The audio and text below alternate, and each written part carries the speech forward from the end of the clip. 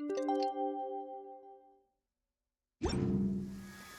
time to meet back up with Xiao. Let's head to Mount Outsong.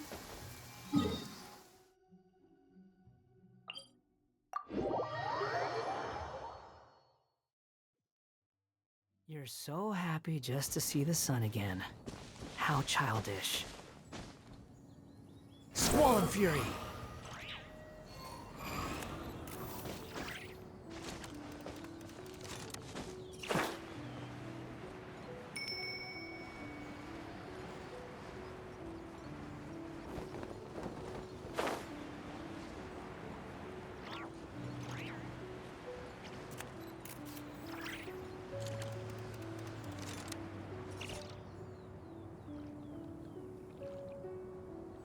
Xiao! Cloud Retainer! Mana Ping! We're here! Any news on Zhangli? Wait, are we missing 2 Adepti? Well, Shen Yun banned Mountain Shaper from Mount Outsong for 3 days. Oh, then what about Mooncarver? The scheme to plant mint in one's abode was one those 2 fools devised together? And when it comes to punishment, one does not discriminate.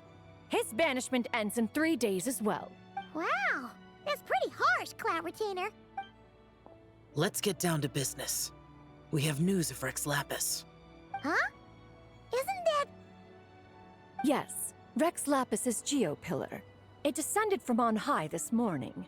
He must have sent it for a reason, but it does not respond to our touch. So, what does it mean? Is he in trouble?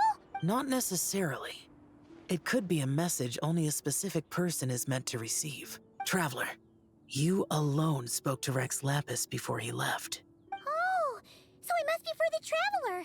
Give it a try.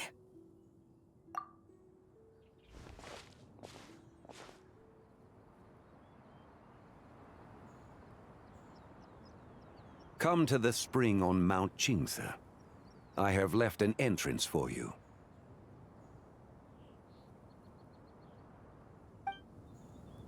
Well, Just as one surmised, it seems that Rex Lapis will not countenance our involvement in this matter. That would not surprise me in the slightest. He's always had a soft spot for the Traveler, after all. But be that as it may, we have served Rex Lapis for millennia now. In other words, I'm sure this has nothing to do with favoritism. He's probably just trying to protect us. that's right. So you mustn't let your guard down, even if Rex Lapis is by your side. All right, let's get going. We'll try not to keep you all waiting.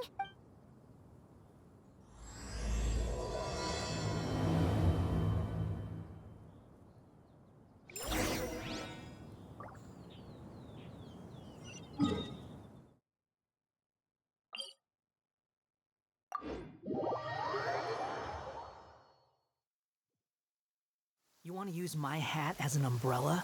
The wind rises.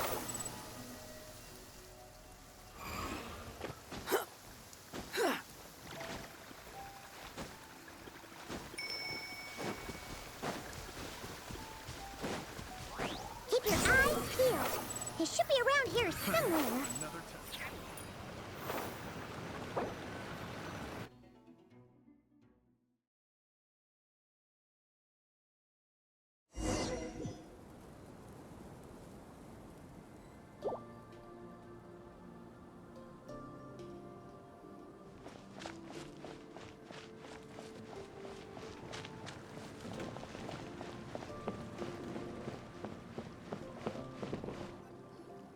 Who could have imagined that the once mighty Geo-Archon might end up so?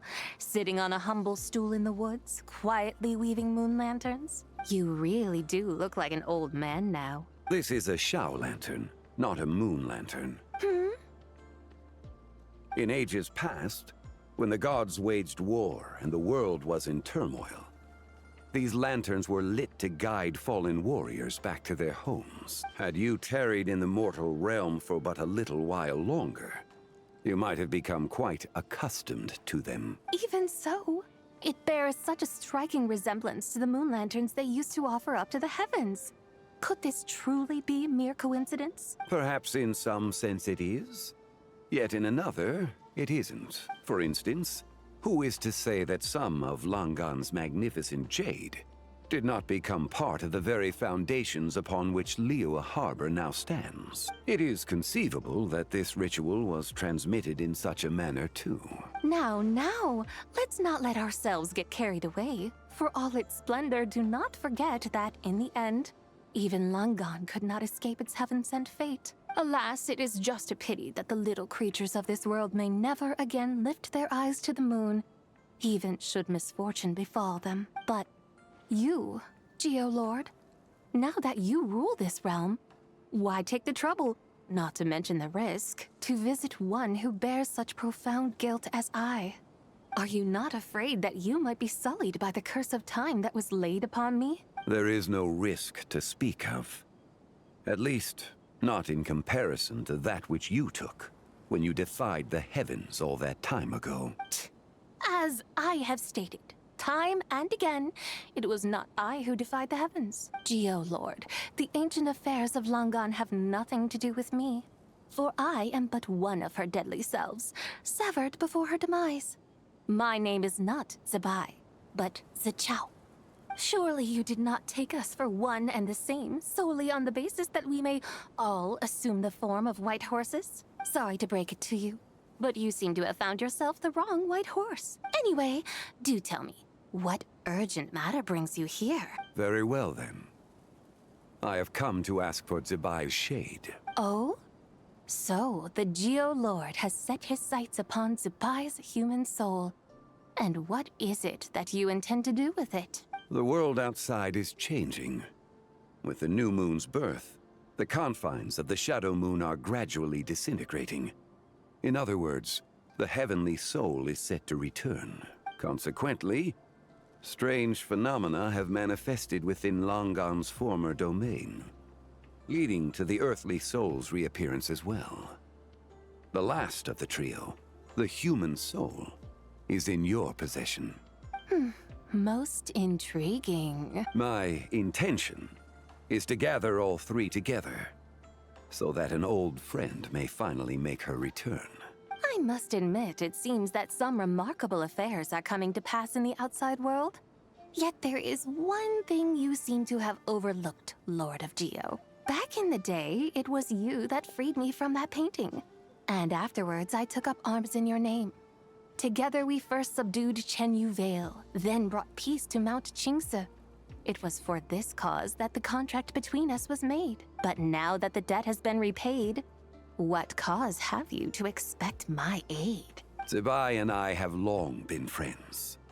Given not only that you were manifested from a corrupt desire within her divine form, but that you also possess a fragment of her soul, how can you purport to be the wrong white horse? I think you'll find that we are now as separate and distinct as any two beings ever were. What once shone with radiant purity has long become dust. What you see is no longer what it was. Oh, great Lord of Geo.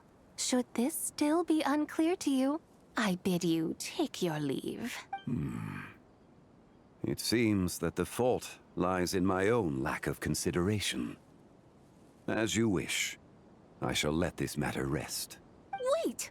One moment, if you will. Should this not be your opportunity to propose a new contract? The part where you make me an offer I simply couldn't refuse? Even those puny mortals know how to haggle when striking their bargains. Should you, the famed god of contracts, not likewise strive for success through negotiation? Come now, enough with the posturing. It's time to name your price. Very well. I had, in truth, prepared a new contract for your consideration. I knew you would not come before me unprepared. Yet, you should know that I want for nothing, for I live in the mountains, carefree and untroubled. Occasionally, I even find sport in teasing the mortals who stumble into my presence. Then why persist in telling them those ancient stories? I speak of what transpired before the sky collapsed and the earth sank into itself. That is merely my way of passing the time. And what of it? Would any believe, much less remember, the ramblings of a mountain hermit? Those tales have long since spread throughout the mortal realm. Who? Should my words prove insufficient, I invite you to see the world for yourself. To this end, I have found you a pair of trusty guides. The Lantern Rite is presently underway in Liyue, and should prove quite intriguing for you. So this, then, is the contract you have prepared for me? Indeed it is. Think of it as a contract for a one-day festive excursion. Surely you do not hope to offer this in exchange for Tsubai's shade. The foundation of my very existence for a little excursion seems a little steep, wouldn't you say? Why not see for yourself? You can always decide afterwards. The final determination, of course, shall rest with you. Is that so? Then perhaps this deal might not be entirely off the table after all. Where then are these guides of which you speak? Hey, it's Zhongli! Oh, we've been looking for you everywhere. We thought you might have gone missing. You're here. So these are my guides. Well, well. They certainly look the part, I'll give you that.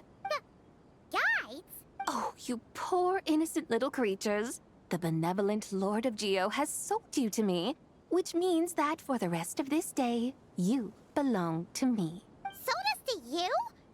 Just what have you gotten us into, Zhongli? The situation is not quite as dire as that would sound. I ask only that you accompany my Adeptus friend on a tour of Liyue. I would suspect that depends on how well you entertain me. Entertain you? Let us start with this Liyue harbor of which I have heard so much. Nowhere is quite so fascinating as a place teeming with little mortals. How come this Adeptus sounds so different from what Paimon imagined? Okay, we'll take care of it. Get ready to find out why they call Paimon the best travel guide in all of Tibet. Look!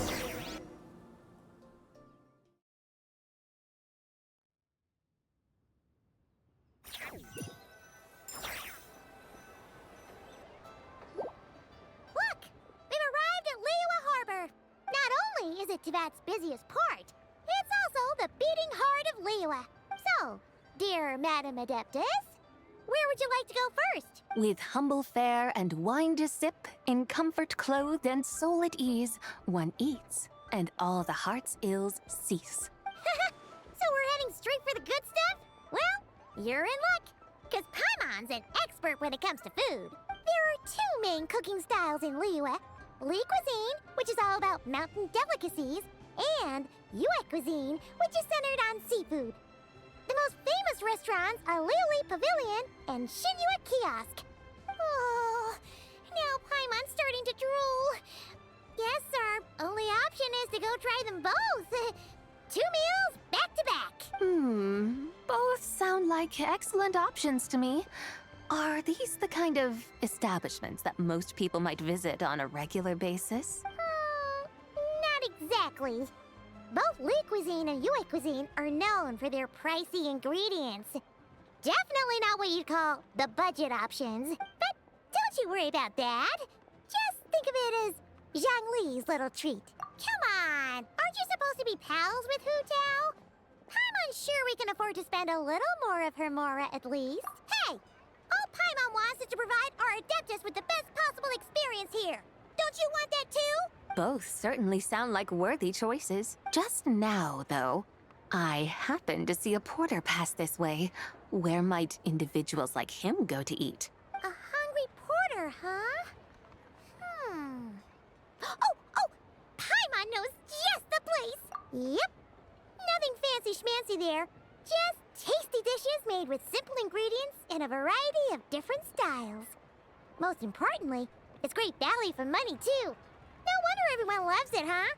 Oh, and the owner happens to be a good friend of ours, too. One mean restaurant.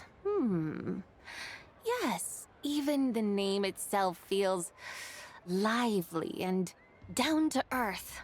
All right, let's make it our first stop. Yippee! choice, too. Alrighty, let's head over there right away. Paimon can't wait to dig in. Wamin Restaurant, here we come.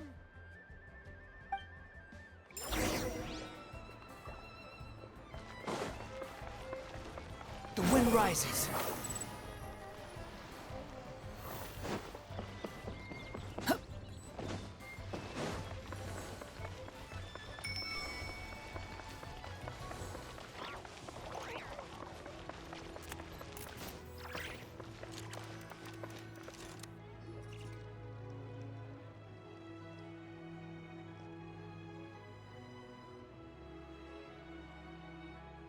Xiangling, Chef Now, we're here. Oh, hello there. What a surprise to see you two. Welcome, welcome. Hey there, Traveler and Paimon. We're a little busy today, so grab a table while you still can. But I don't think I've met this lady before. Is she a new friend? You could say that. Oh, I see. Well, hey there. A friend of the Traveler's a friend of mine, too. Don't worry, we'll take good care of you. Just order whatever you want, it's on the house. By the way, I'm Xiangling. I cook here at One Mean Restaurant. What's your name? Miss Xiangling, have you ever heard of the White Horse Adeptus? Of course. What about her? I am her, and she is me. Huh? You mean you're an Adeptus? Oh, you young'uns crack me up. Come on, Xiangling. You've got to keep up with the times. Haven't you heard of cosplay? It's like a role-playing game where you dress up as famous characters and pretend to be them. Seriously, it's all the rage, and it looks like this young lady is quite the expert. Your friends sure keep their fingers on the pulse, huh, Traveler? Wow, Dad. Didn't know you were so tuned in. But how come I haven't heard about it? You gotta listen to our customers. Didn't I tell you to spend less time chasing after wild vegetables and more time making friends? You're even more out of touch than I am. Hey, I like making friends too. Isn't that what I'm doing right now? Anyway, even if it is just a costume, is it alright if I still call you White Horse Adeptus? Of course it's all right, because that's exactly who I am. Okay. I can see you're really committed to the role. How about I call you the real White Horse Adeptus instead? In that case, you can call Paimon the real Traveler. You're right. You could have at least switched outfits. Puny mortals. Nevertheless, I suppose it might be amusing to indulge in your little charade for a while at least. All right, go grab yourselves a table. I'll come take your order in a bit.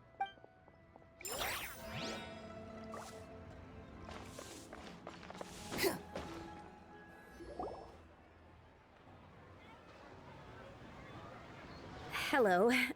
May I ask if Miss Xiangling and Chef Mao are here? Yeah, they're just over there. Wait a sec. Aren't you? So, what would you like to... You're... Hello, Miss Xiangling. It's me, Lu Xiangxiang, the one who broke some stuff here at your restaurant a few days ago. I just wanted you to know how sorry I am. I honestly don't know what came over me. Please forgive me. Oh, it's you. You really gave me a fright that day, young lady. You didn't actually get food poisoning from our blackback perch stew, right? Come on, Dad. She's come to say sorry. It's all right, Miss Lu. You must have been feeling a bit off that day. You're looking so much better now, though. Why don't you grab a table, too? This one's on the house. No, I couldn't possibly. Hey, it's totally okay. We all feel under the weather sometimes, especially when we're away from home. Go on, find yourself yikes. Looks like all the tables are taken. Wanna come sit with us? We've got an extra seat over here. Thanks, guys. So what would you like to eat today? feel free to order anything you like. I should very much like to sample your renowned poisonous blackback perch stew. It wasn't poisoned. That was all on me. So that's one portion of blackback perch stew. How about you guys? Paimon wants... Sure thing. Looks like Paimon's having trouble making up her mind.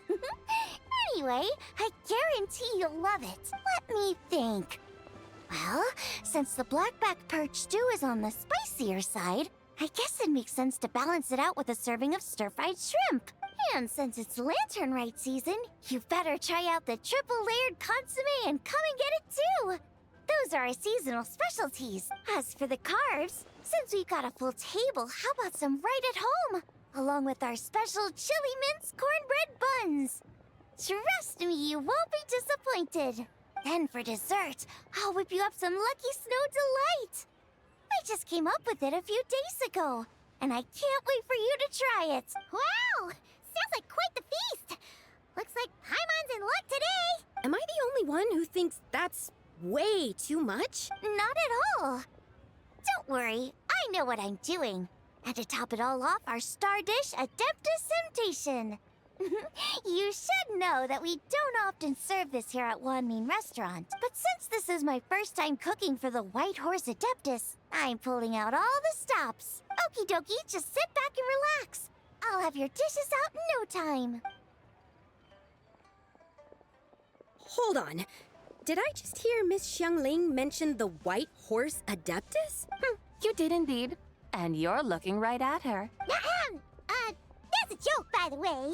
She's cosplaying. Oh, I see.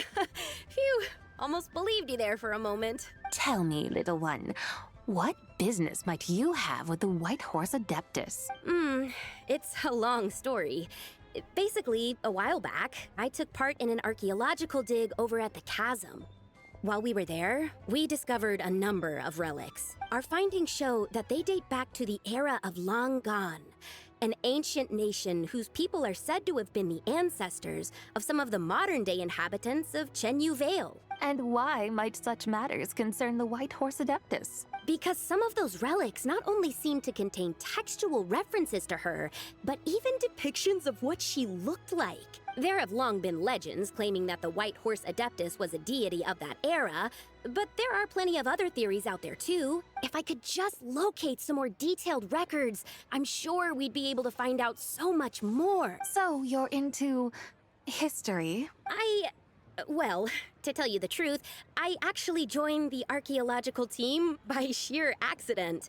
But once I'd started down this path, I knew that I wanted to make something of myself. Recently, though, things seem to have taken a turn for the worse. I still can't believe I caused such a mess and even ended up hurting someone. Oh, so you're considering becoming a martial artist now instead? No, I mean, they weren't seriously hurt. It was just a few scratches, and they let it go after my mother compensated them. Either way, my career is pretty much over.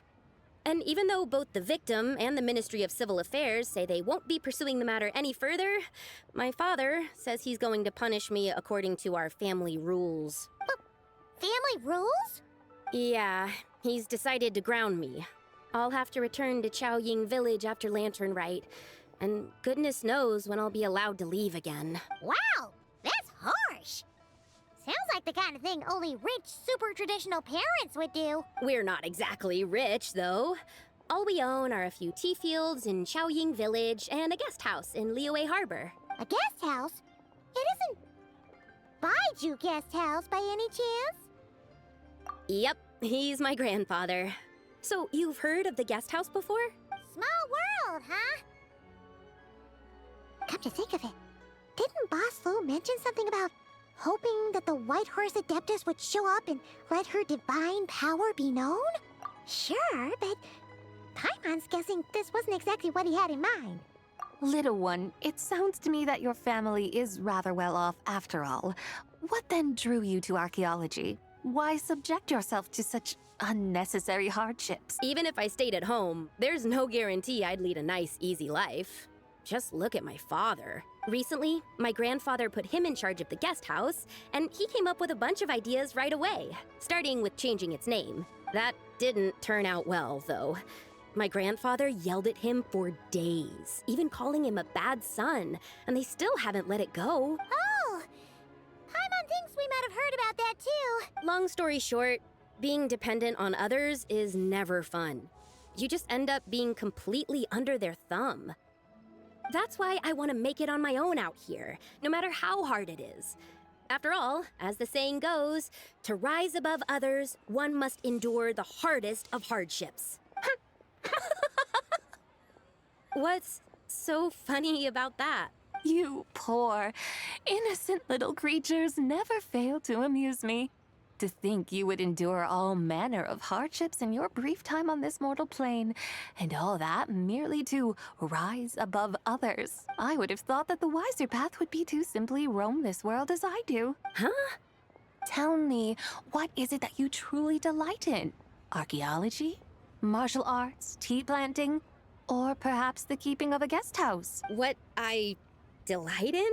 Yes. Surely there must be something you don't find quite so exhausting. Whatever delights you should not feel like a burden. But do things like that really exist? Of course! Take Miss Xiangling, for instance. I defy you to detect even a hint of hardship on her face when she wields her walking spatula. So, since it seems you are resolved to tread the rocky path, you should strive with all your might to pursue that which brings you delight. You mean, like cosplay? I suppose you might say that. Looks like the White Horse Adeptus is really getting into her role. I think I get what you mean then. Maybe I should have a chat with Miss Xiangling before I head home. Okay, everyone. Sorry to keep you waiting. Here's your food. Wow. It all smells so good. Oh, finally! I get to try that famous poisonous stew. Hey, didn't you hear what Shang said? It wasn't the stew. If anyone's to blame, it's that other you. What's up? How fiercely this mortal fare burns upon the tongue!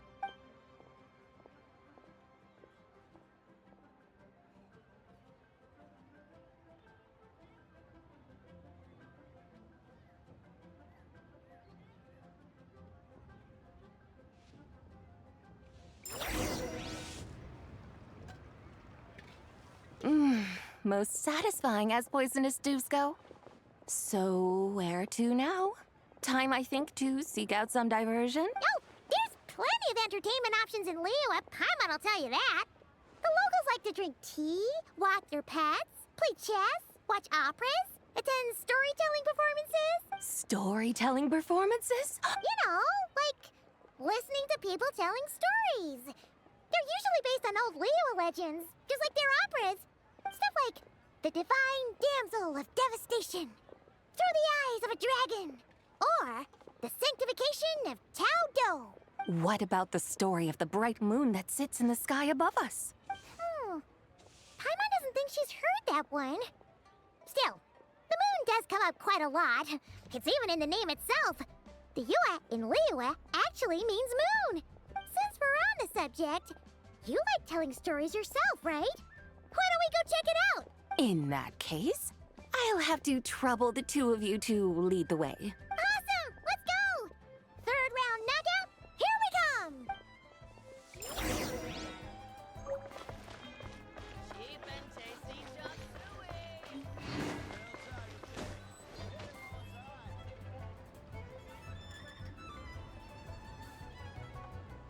What a tongue twister!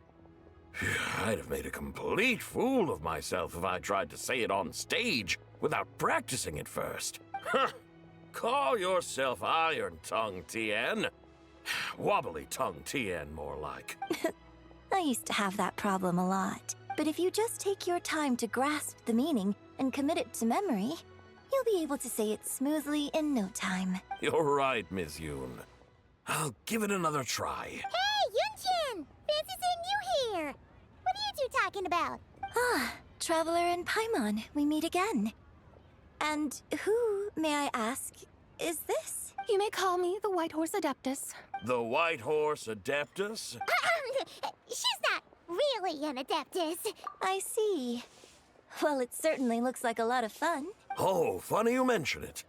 This type of thing is actually something I'm quite familiar with. Once, to perform through the eyes of a dragon, I decided to imagine that I was Rex Lapis himself. It was the only way to truly inhabit his mindset and understand his resolve to quell those demons. Sounds like you just wanted an excuse to feel all big and powerful. Hey, that's... You just don't understand how inspiration works. You're one to talk. Paimon's traveled all over with the Traveler, and she's seen things that would make your jaw drop. All right, then. Since you claim to be so knowledgeable, why don't you prove it by reciting an ancient poem? An ancient poem? Which one? Ha! See? You mean to tell me you've never even heard of the ancient poem called An Ancient Poem? What kind of a title is that? Quit teasing, Paimon. We only just found out about that ourselves. He's talking about the writing on those ancient relics. When we first saw it, we couldn't figure out what it all meant.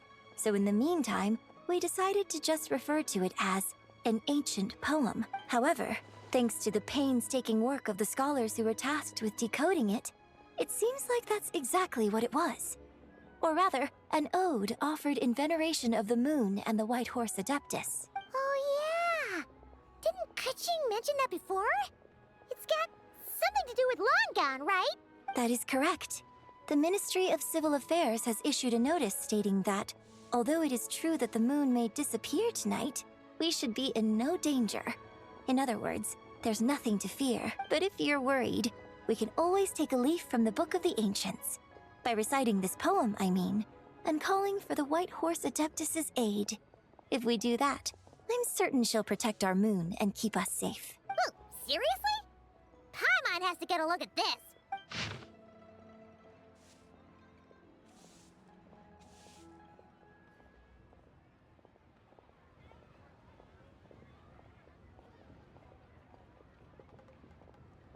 Under moon eternal in radiant night, a maiden grants silk, soft and light?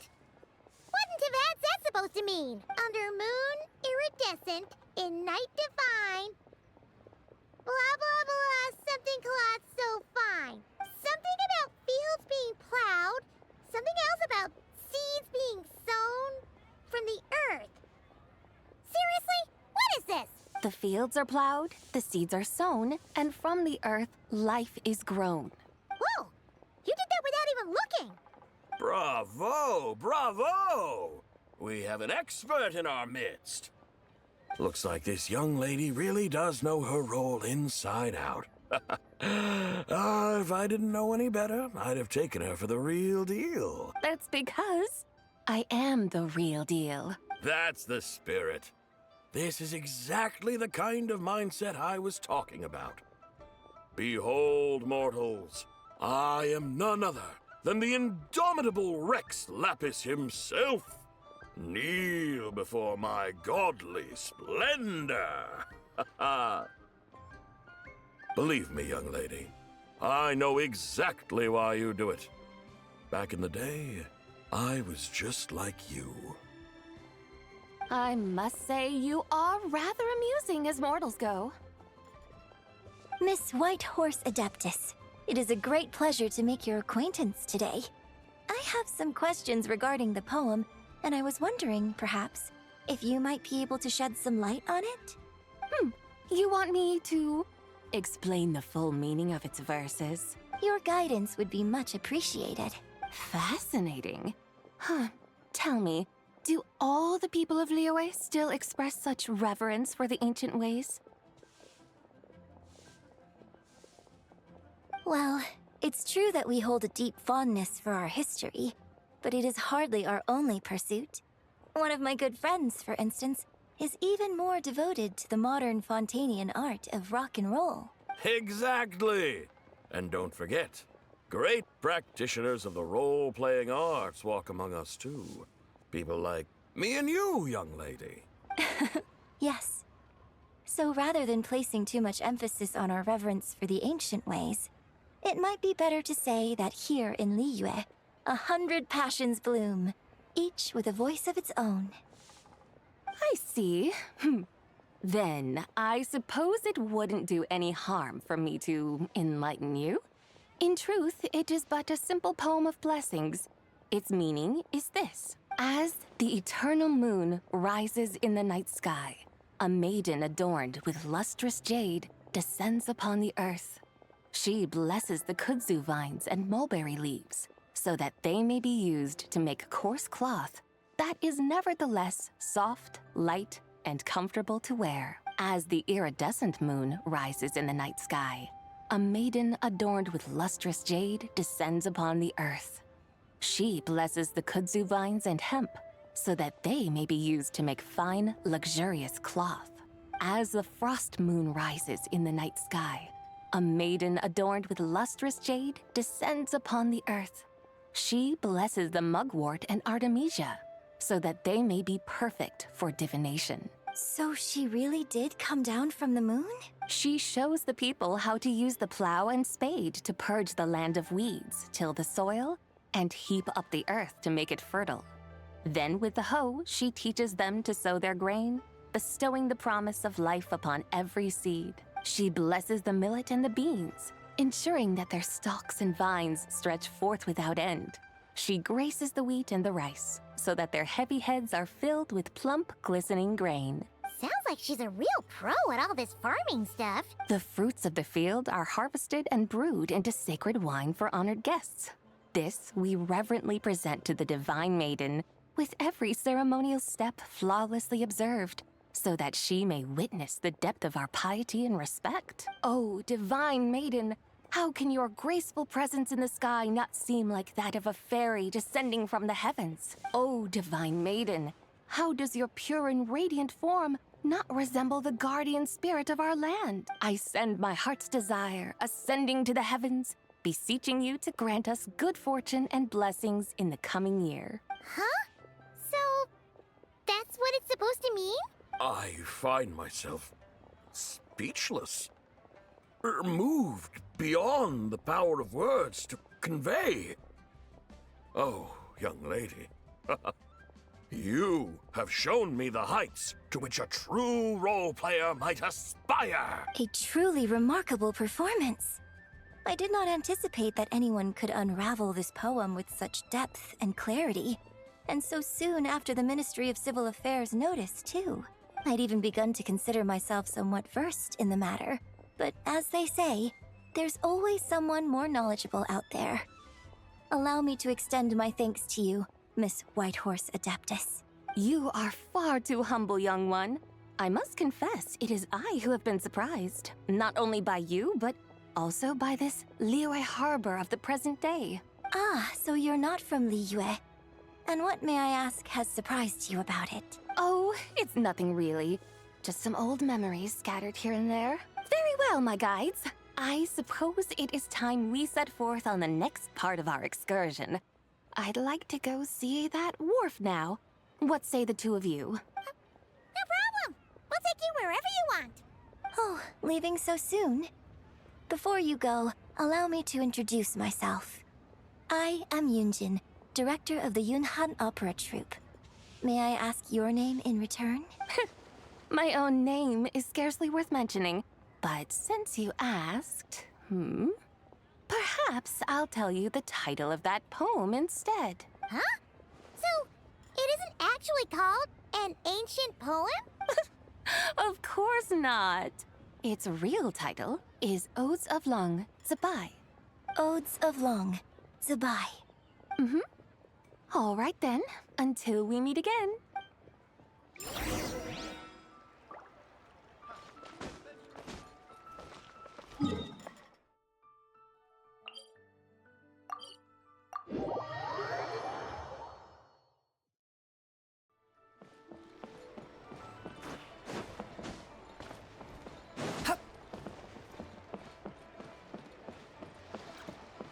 Quit following me.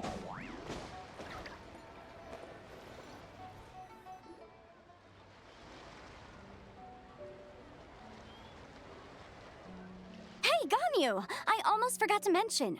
On my recent trip to Notcry, I came across something really fascinating in the Frost Moon Scion's library. I found records in their collection of another divine envoy living on the moon. A divine envoy on the moon?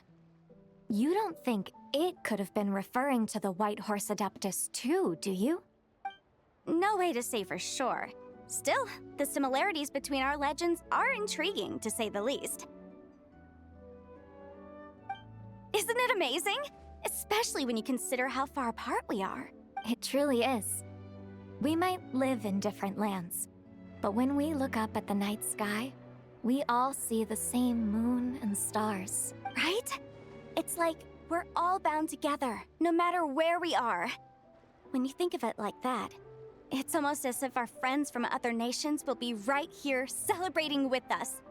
Isn't that a wonderful thought? No wonder you were so excited to go see the giant lantern when you first got back. Sounds like you're a real fan of the White Horse Adeptus, huh? I guess you could say that. Just a pity she's so elusive. Even Granny's never met her, you know? Maybe she really is just a legend after all. Hey, Yanfei and Ganyu! Trust, Paimon. The White Horse Adeptus is as real can be. Huh? Oh, look! It's the Traveler and Paimon! Feels like I haven't seen you two in, like, forever. Happy Lantern Rite. It's so good to see you again. Hey, you two. Happy Lantern Rite. Did I hear you right just now, Paimon? Does that mean you've actually seen the White Horse Adeptus? She has indeed. And now, so have you. And you are? Why, who else? The White Horse Adeptus, of course. Could you maybe start with something else next time? You're the White Horse Adeptus? That's right. Allow Paimon to introduce you to our new friend, Zichao. She's been low-key obsessed with cosplaying the White Horse Adeptus ever since we met her. I see. Well then, greetings, Miss Zichao. My name is Yanfei. And recently, I've been low-key obsessed with learning everything I can about the White Horse Adeptus. I'm sure the two of you will get along like a house on fire. Oh, and by the way, I'm Ganyu. So, Miss Zichao, you must be here to see the giant lantern too, right? A horse-shaped Zhao lantern? Is that what I think it is? That's right. A lantern made to honor the White Horse Adeptus herself. Isn't it gorgeous? Huh? What are you laughing at? Both the lantern and myself. What do you mean? Oh, this lantern truly is an artistic masterpiece. But tell me this, have any of you ever seen a horse before? Come to think of it, Paimon can't remember ever actually seeing one herself. What about you, Traveler? Oh, this horse appears to be mid-trot, but it has adopted what is called a lateral gait, where the legs on one side of the body move together in unison. A rather rare sight indeed. Just now, I suddenly pictured myself, I mean, the White Horse Adeptus running the same way. The image was so absurd, I could barely contain my mirth. Oh, really? I never knew that. You learn something every day, huh? Oh, come on! It's basically a giant piece of fan art! Who cares if it's different than the original? I was merely laughing at my own ignorance. I came here thinking that the White Horse Adeptus's tale had been long forgotten. Yet here I am, gazing upon a lantern made in her honor. Well, you couldn't have been more mistaken. There are so many tales about the White Horse Adeptus, I'm starting to lose count. Just off the top of my head... Just so you know, Yanfei, we've heard it all like a million times before. Aha! But there's one thing I can guarantee that you haven't. Huh? You mean like a new chapter of her stories come to light? Mm-hmm. And I heard it from Ganyu just yesterday. Hey, why don't you share it with the others? Sure, no problem. Where to begin?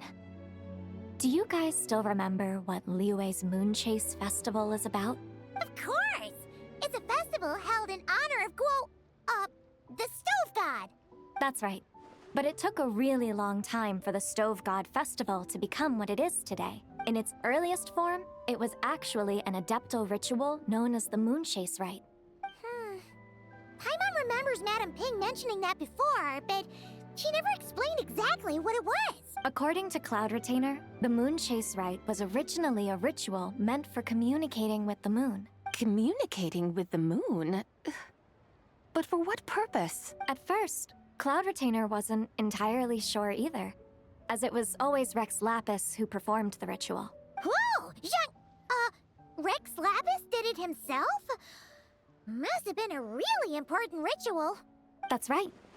Unfortunately, despite numerous attempts, they never actually received any response from the moon, which is why they eventually stopped performing it. But then, just yesterday, Kutching took a picture of the moon being obscured by a dark hole to Cloud Retainer and asked if it had anything to do with the Moonchase Rite.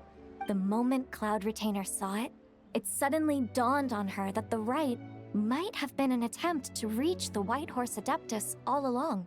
Does that mean Zhongli's been trying to bring back the White Horse Adeptus all this time? So how about that? Bet you never thought there might even be a link between the White Horse Adeptus and the Moonchase Festival. If Kutching hadn't taken that picture to Cloud Retainer, we would never have known any of this. This is probably what Kutching was referring to that day when she mentioned there were some ideas she wanted to follow up on. So, Geo Archon. All this time, you've been striving to awaken her. Huh? What do you mean, awaken? Nothing. What I truly meant to say was, this new insight you've provided has been truly eye-opening. Oh, by the way, my trusty guides, I've been meaning to ask, where in Liyue Harbor might one enjoy an expansive scenic view? Huh? We're off to the next stop already? But Paimon's barely done digesting that lore bomb just now. All the more reason to find the right spot to let it sink in. Oh, so that's what you're up to.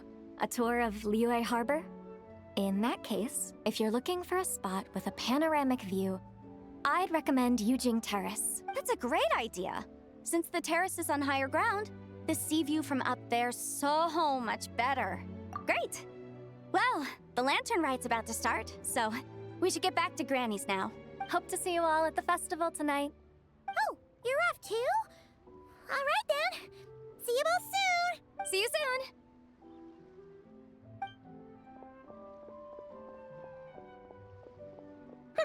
Very well, my guides. What are we waiting for? Okay, you're the boss. Eugene Terrace it is. After all, the customer's always right.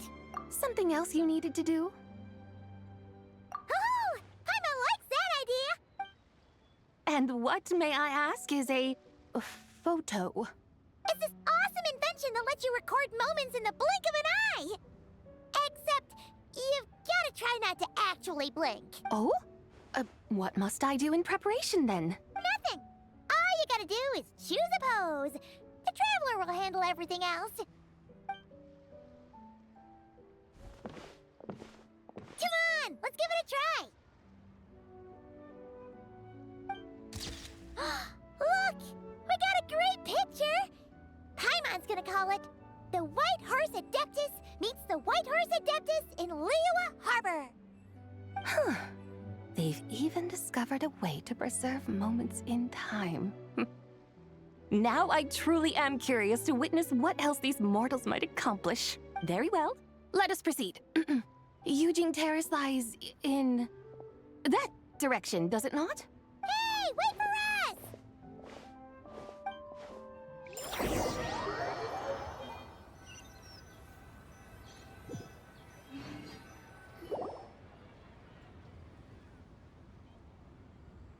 Truly a marvelous view if ever there was one. It seems the charm of this Liyue Harbor is only heightened by the sun's dying light. And soon, people will start releasing their Xiao lanterns to mark the most important day of the year. Practically everyone will be with their friends and family, eating a big meal, chatting, and even setting off fireworks. Trust Paimon, it'll look even more amazing then. What do you say? Want to stay to see that? No need. Let us bring this weary day to a close. We're every day? You mean, you didn't enjoy your tour? I had imagined you would arrange for me to witness some grand spectacle. Perhaps the descent of divine beings, the manifestation of the sacred before mortal eyes, or the appearance of a selfless hero come to aid the helpless and downtrodden. Or, should that not come to pass, then at the very least spend a little more coin. For that, it seems, is how one finds true enjoyment. Alas, but there was none of these. Instead, we merely filled our bellies, listened to tales, and gazed upon a crude imitation of my likeness. And now the sun begins its descent. What a day of quiet tedium. Well, we're so sorry.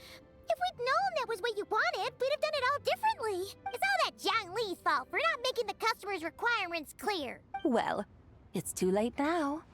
Do you still believe I would part with that soul fragment, now so intertwined with my very being? But... I knew you were the more astute of the pair. Huh? You were just trying to scare Paimon? It seems the realm of the Geo Archon has a way of making one more stony-faced. So, you were just pulling Paimon's leg? Of course. I was merely engaging in a little banter with the two of you. Long ago, I shared tales with various mortals who chanced upon my mountain abode. Never did I imagine that those stories would endure. It seems I greatly underestimated them. Perhaps, as your Geolord said, a few pieces of ancient Langan's magnificent jade have truly become part of the very foundation of this land. So, you've decided to help us? Again, that goes without saying. I made up my mind some time ago now. When I beheld a rather intriguing scene as I set foot in this city. I saw porters passing through the alleys, setting down heavy wooden crates from their weary shoulders. Peddlers pushing carts as the kites and lanterns upon them rustled gently in the breeze. I saw cooks cooking, actors acting, scholars reading, soldiers marching, children playing, elders resting, officials officiating, and the common folk absorbed in this or that, reveling in the simple joys of life. Some, it seems, have already found that which stirs their hearts, while others continue to fret, troubled by uncertain futures. Yet, in this gentle and serene order, each holds fast to their anticipation, not only for the celebrations to come, but also for the first light of the morrow. Scenes I once yearned to behold now unfold before me, no longer in Langan, but in Liyue Harbor, thousands of years on. How wondrous is this mortal realm! Thank you, Whitehurst Adeptus! Thank you so much! Adeptus, Adepti, perhaps the singular art in which we are truly proficient is that of sequestering ourselves within the high mountains. But once we leave our mountain refuge, we find ourselves drawn back to mortal ways all the same. So, it is I who should offer my thanks to the two of you. Traveler, Paimon, you have made this day more delightful than any I've known in a long, long time. Come now, and take what it is you need. You mean, like, right now? But don't you think we should wait for Zhang Li? That won't be necessary. All things shall meet again in their time, for the waters know no rest, and the flowers their appointed season. One need not fear that life is but a journey of goodbyes.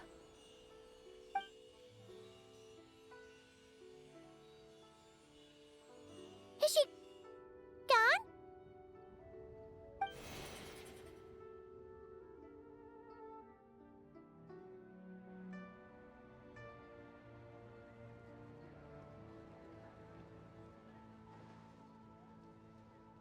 Yes, she's gone. A deadly self is formed from the body's impure vapors, so naturally it cannot survive long in this world. Had it not been sustained by the remnant of Zibai's soul, it would have faded away a long time past. Now that the remnant is gone, it has severed its ties to the mortal world. Zhang Li! When did you get here? A while ago. Paimon would have thought you'd at least want to say goodbye. Though mountains endure, the ceaseless waters will, at last, wear away their sharp edges. Thus must I meet the marks wrought upon her by the ruler of time with great caution. It may be goodbye for now, but someday we will meet again. Really? And when might that be? Who can say for sure? Years and years from now, perhaps. Or maybe tonight, at the Lantern Rite. Are you saying that if the White Horse Adeptus were to be resurrected, she'd still have the memories of the three deadly selves? That she'd still remember us? We will find out soon enough.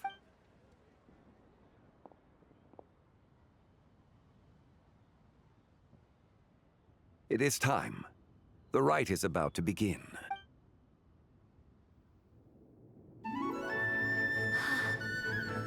The rite is about to begin. Is the moon really gonna disappear? Got your lanterns ready, everyone? All set. Might be about time to put eyes to the sky. Wouldn't you say, Tianquan? Look!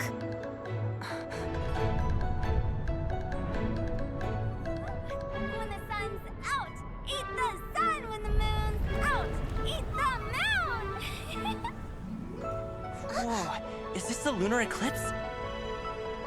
Under moon eternal, in radiant night, a maiden grants silk, soft and light. Under moon iridescent, in night divine, a maiden grants fiber for cloth For so you. fine. Under moon of frost, in night so great, a maiden grants tools to divine our fate. The fields are plowed, the seeds are sown, and from the earth, life is grown.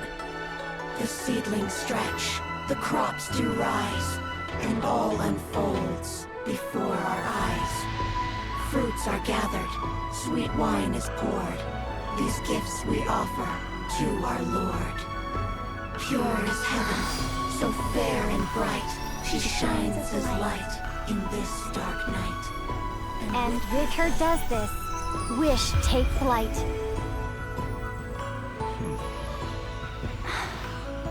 Devoted soul, scattered and unbound. Let this lantern guide you home. By its light be found.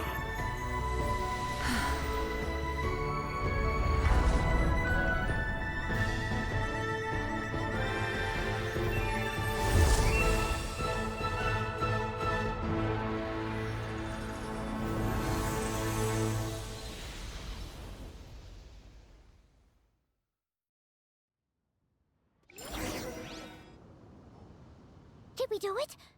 Do we finally get to meet the real White Horse Adeptus?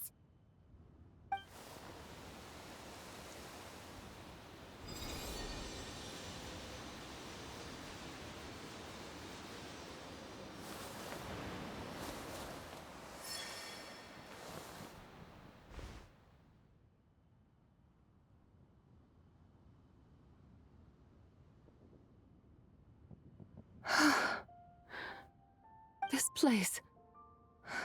Where am I? A familiar land, now known by the name of Liyue. Liyue? The peaks adorn the clouded moon. Then, who might you be? Oh no! She seems to have lost all her memories after all. And those countless lights in the sky. What are they? These lights, each like a dwelling in glad accord, usher in this day of joyous rebirth. And whose rebirth might that be? That of my old friend, Zibai. Zibai? Yeah, that's you! Don't you remember anything at all? That's... me? Oh, yes.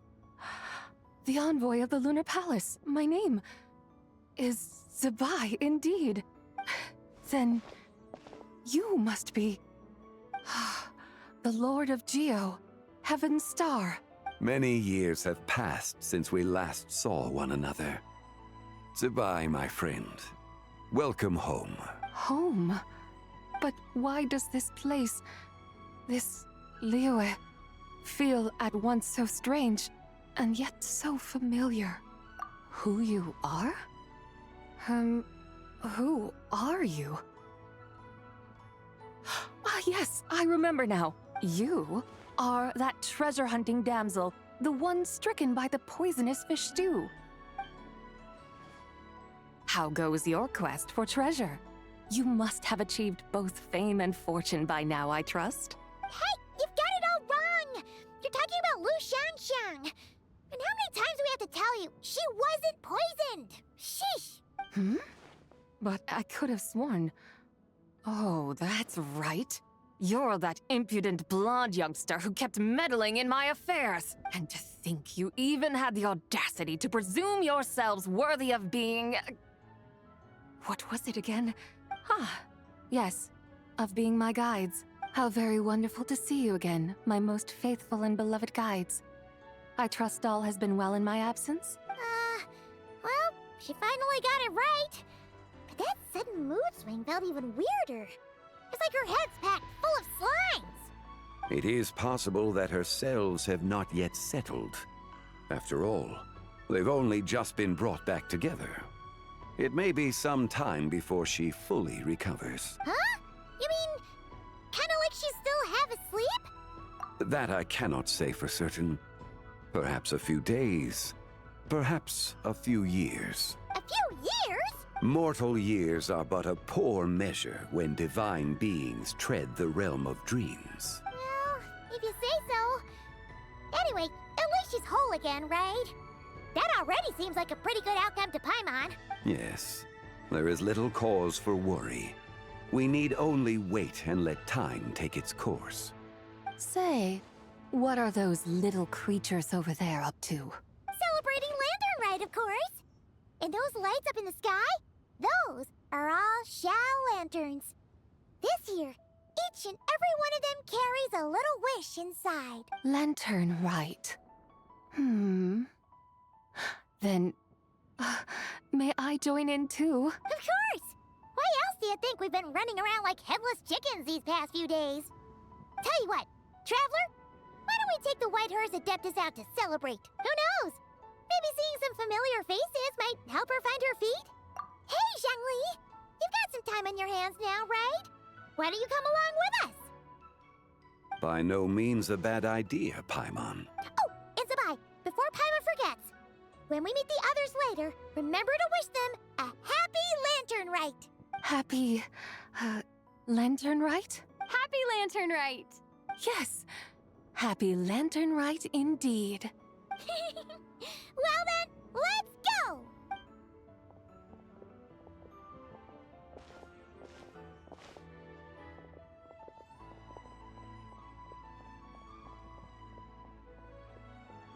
Lantern Rite. A night of joy, reunion, and moonlit blessings for all.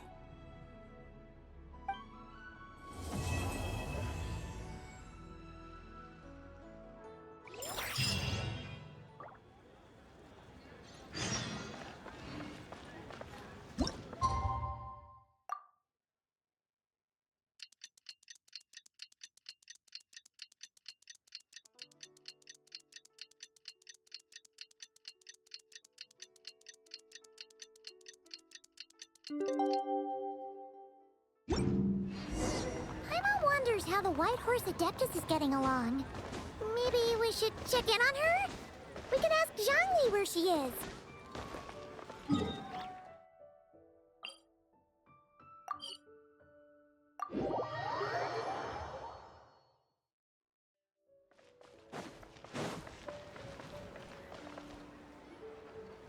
Oh, looks like Zhangli hasn't stopped by for tea today.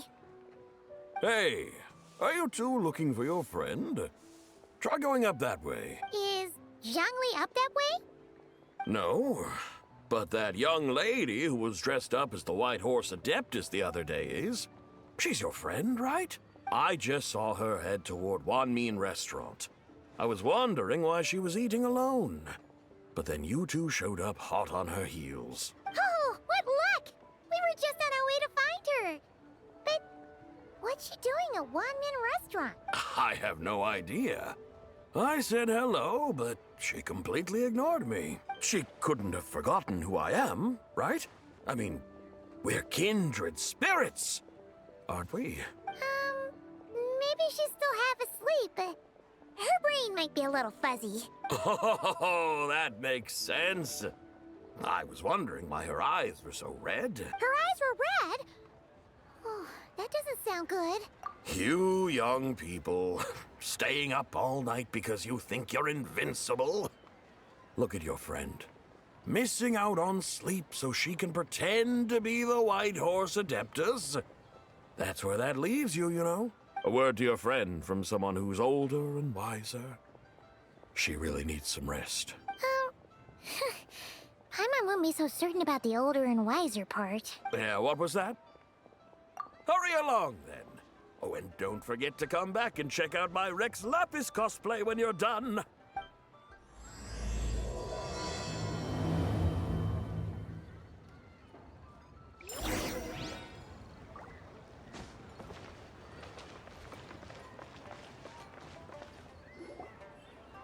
Where's the proprietor? Come out and see me at once! Xiangling and Chef Mao aren't here right now. What can I help you with? And who might you be? My name is Shenhe. I work here at Wanmin Restaurant. Shenhe. Shenhe. Are you that crane adeptus who loves planting mint? It's been a few days. Have you improved your gardening skills? Did you manage to cover the slopes with mint? Mint? I don't know anything about mint. But I am familiar with Genshin and glaze lilies. Ha! Already casting mint from your mind. How can a practitioner of self-cultivation be so fickle, chasing after every new plant that catches their eye? I'm not sure I get what you mean. Are you delirious from hunger? Would you like something to eat? Shenhe! White Horse Zabai! So this is where everyone is! Traveler, Paimon. It's been a long time. Happy Lantern Rite. Is this customer a friend of yours? Don't mind her, Shenhe. She's just a little cranky because, she didn't sleep well last night and she's only just woken up. Look how red her eyes are. I see. In that case, Miss Zabai, I have a tonic here infused with Genshin. It's cool and soothing when applied to the eyes. Would you like to try a few drops? Stop right there! Who are you two noisy children? Hey! Have you forgotten about us already? Guides. Yes, I seem to recall something about some guides. Ah, yes, now I remember. What luck! I was just looking for someone to show me the way to Elong Wharf. Huh. Is she starting to come around? Someone requested my help in purchasing some tea leaves. I was informed they have discounted prices during the festival and that I shall get a good deal there. Tea leaves? This sounds like Zhongli's doing. He sure knows how to get people running errands for him. Your friend Rex Zhongli initially requested the most expensive tea, but then a young lady in a hexagram hat mentioned he'd burned through the Wangsheng funeral parlor's yearly expenses at an exhibition a few days ago. As such, he is only permitted to buy items that are discounted this month. Oh, that's his boss, Hu Tao. It's about time she realized the problem and put a stop to his spending sprees. Oh, I see. So that's why you're here. Unfortunately, Wanmin Restaurant doesn't sell tea leaves. If you're truly in need, I could gather some wild tea from the mountain slopes. You don't sell tea leaves? But I remember your boss, Miss Lu, saying that she owns tea fields. You really should get some rest. The person you're talking about isn't the boss of Wanmin Restaurant. She's just like you. She came here to eat. Is that so? Life really is full of surprises. What surprises? Your brain really is as gooey as a pack of slimes. Paimon can't believe Zhongli entrusted you with going all the way to Yilong Wharf and buying tea. That would be excellent, my dutiful guides. Yes, Miss Crane. I apologize profusely for my improper behavior just now. Please forgive me. I completely understand.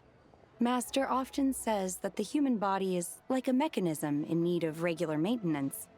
When a person cannot rest at night, they are sure to become irritable and on edge. Miss Crane, you appear reasoned and compassionate on the surface, yet I sense dark forces churning within your spiritual core.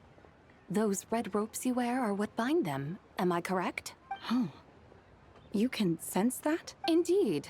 I also sense that with your strength, you might try undoing one or two of those bonds when training. Untie Shenhe's ropes? Wouldn't that be risky? Though the use of red ropes to bind the soul is a wondrous technique, practitioners must eventually learn to break free from external aids and look within themselves for restraint. Master has told me similar things, but I am not ready yet. Your self-cultivation has progressed far enough. Then I will seek further guidance from my master. If you still have doubts, you can find me at the Baiju Guest House. I'll be taking up residence there for a while. For now, my dutiful guides, let us be off.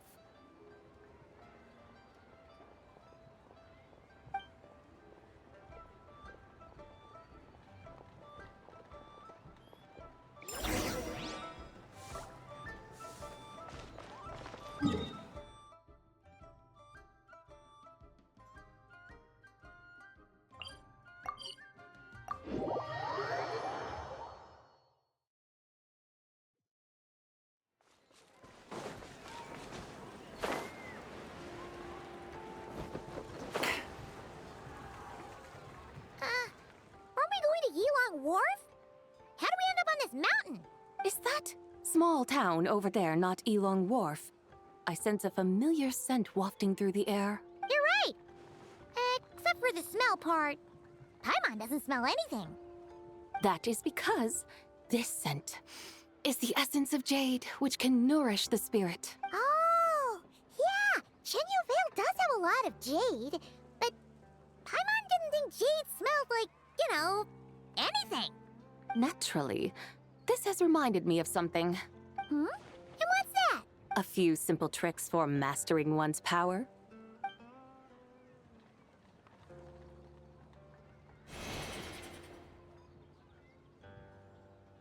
What is that thing?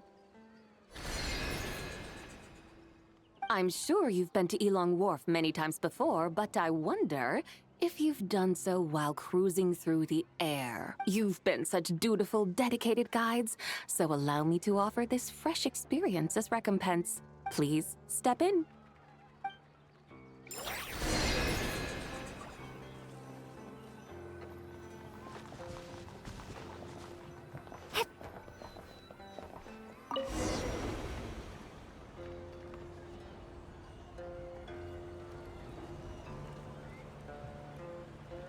This is amazing! Paimon feels just like an Adeptus flying through the sky! What is this thing?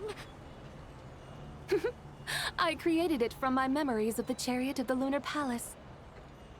Many years have passed since I last laid eyes upon it, so there may be some discrepancies. Nonetheless, it is functionally much the same. A lunar chariot? Wow! Paimon never imagined she'd get to ride in one! So, Sabai, does that mean you used to work on the moon? Work. That's an interesting way to phrase it, though I suppose you are correct. I was once an angel, a member of a race tasked with guiding humanity. Then, graced by serendipity, I became a moon envoy. Huh? What's a moon envoy? Some kind of super important angel? As you would understand it, a moon envoy is a job title. Any angel, or non-angel, can become a moon envoy. Does that mean you're not the only one? Of course not. Though my memories are still hazy, I vaguely remember some of my colleagues. There was one who liked to take on the form of an ibis. An ibis? Could it be... Can all moon envoys turn into animals? Does that mean Lauma could take that job? She can turn into a deer. And moonchanters are some sort of Luna envoy anyway, right? Moon chanter? I have no idea what those are. Oh, okay then.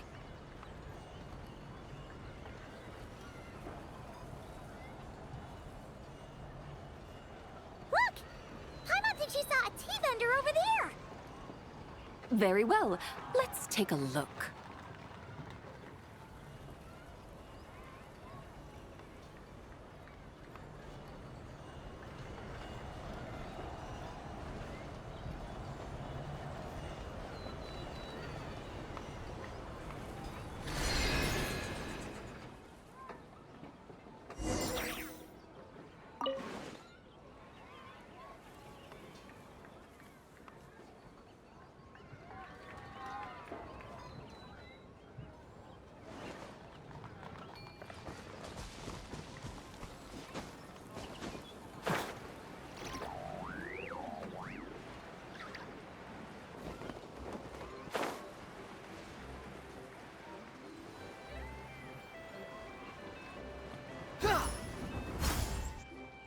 Welcome, please have a look around.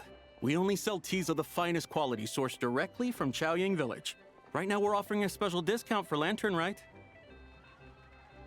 Look over there! Discounted tea!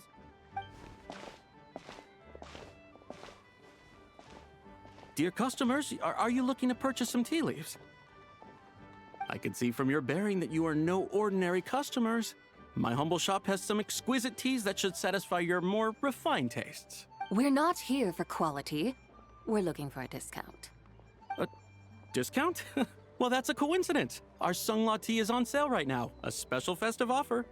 Something about the name of that tea sounds familiar to Paimon. Buy 3 boxes of Sungla tea during the festival to get 10% off. Buy 4, get 20% off. Buy 10, but that's right. 10 boxes at half price. Have you been to our shop before by any chance? Oh, Paimon's definitely heard this spiel before. 3, 4, 10, 10, 20, 50. Zabai, what are you muttering about? When purchasing 3, 4, or 10 boxes, the corresponding discounts are 10, 20, and 50%. The intervals between the two sets of numbers are 1 and 6, and 10 and 30. Look! Her eyes turned blue! That's gotta be a first. If the differences between intervals remain equal, the interval after 6 should be 6 plus the difference between 6 and 1, which is 11.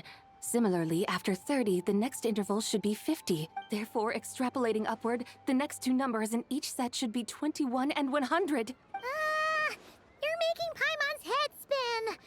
Those numbers, what do they mean? They mean that if we buy 21 boxes of Sungla tea, we should get a 100% discount! 100% discount? You mean we'll get them for free? Oh, there was a pattern to the discounts. Is that right?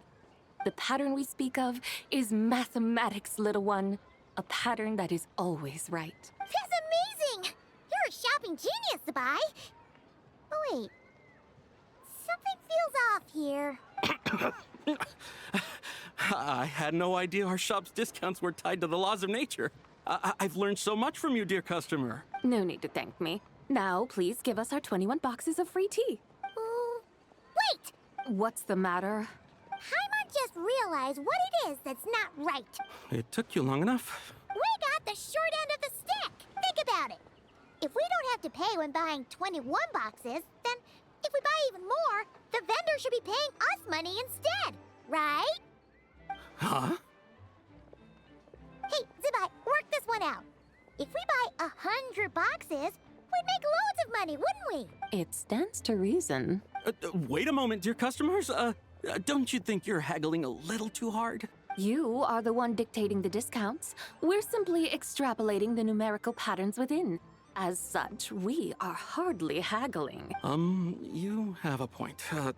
However, that's right. I'm so sorry. I just remembered. My supplier didn't come today, so we don't have any tea after all. Such a shame. Terribly sorry about this. Awful luck. Where can we find your supplier? Well... Not to fret. We'll save you the effort and go straight to the source ourselves. Well, you see, dear client, the supplier's discount isn't as generous as ours. You won't be able to get the same price from them. Huh? Does that mean they won't pay us for taking their tea? They might not even offer you a 100% discount. How very unfortunate. Nevertheless, as the original supplier, they must offer some sort of discount. Besides, we're not looking to make money. We just want a good deal. Well, that's great. My suppliers are all tea farmers from Chaoying Village. You can go ask around the village, but please don't say I sent you. Do not worry, we appreciate your generosity. Referring customers to your business partners, even choosing to remain anonymous, the demeanor of a true gentleman indeed. Your business will surely prosper. I hope you're right. Then let us head to Chaoying Village. Do you know the way, my guides? Of course! Just follow us.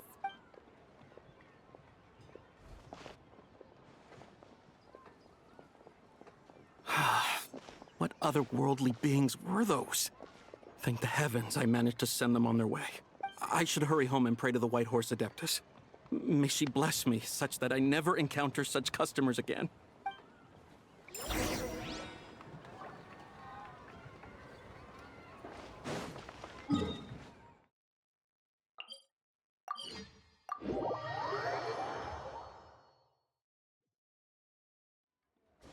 Swollen Fury!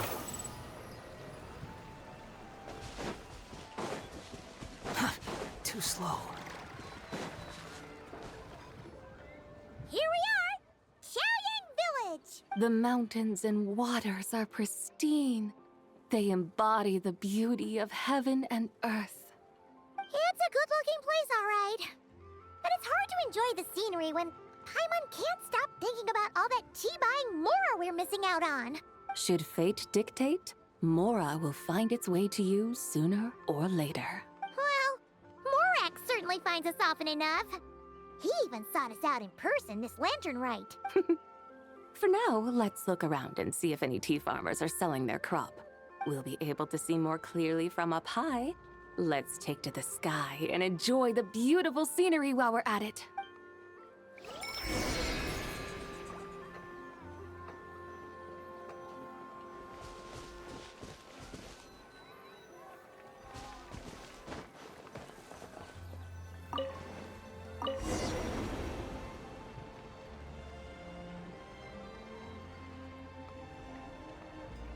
Wow! Chaoying Village looks beautiful from up here. Indeed, the houses here are quite different from those in Liyue Harbor. They follow the natural contours of the mountains, forming unique, elegant structures. Yeah, it's super beautiful. The white walls and dark tiles frame the emerald waves of the terraced fields, while the curved eaves and tall gateways juxtapose each other with grace. It's almost too beautiful to be true. The crowing of roosters and barking of dogs, the calls of farmers working the fields, a vibrant pastoral chorus overflowing with earthly vitality. Yeah, it's incredibly beautiful, huh? Have you studied the linguistic arts by some chance? Huh? Your vocabulary for beauty seems rather constrained. Paimon knows how to say pretty as well. I see. Now then, let's take a look around and see if we can find any farmers selling tea.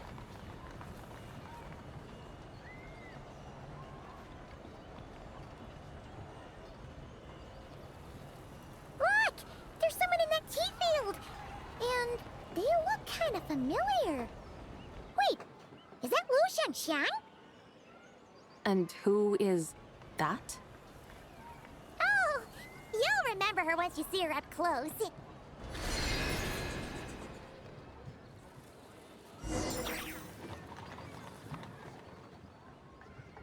there, Lu Xiangxiang!